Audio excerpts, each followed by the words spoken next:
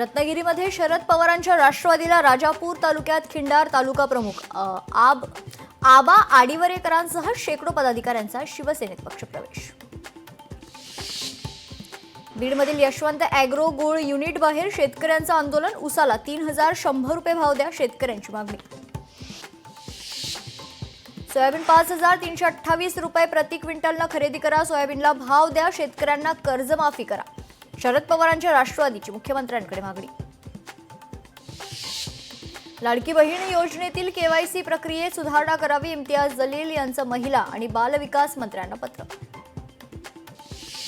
बुलढाणा जिल्ह्यातील संत गजानन महाराजांच्या दर्शनासाठी गर्दी। दिवाळीच्या सुट्ट्यांमुळे शेगाव नगरी गर्दीनं फुलली आहे।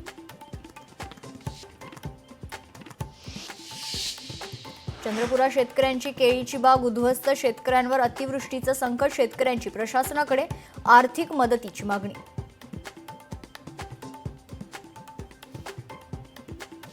कोल्हापूर जिल्ह्यात अवकाळी पावसाची हजेरी, पावसामुळे काढणीला आलेल्या भात पिकाचं नुकसान।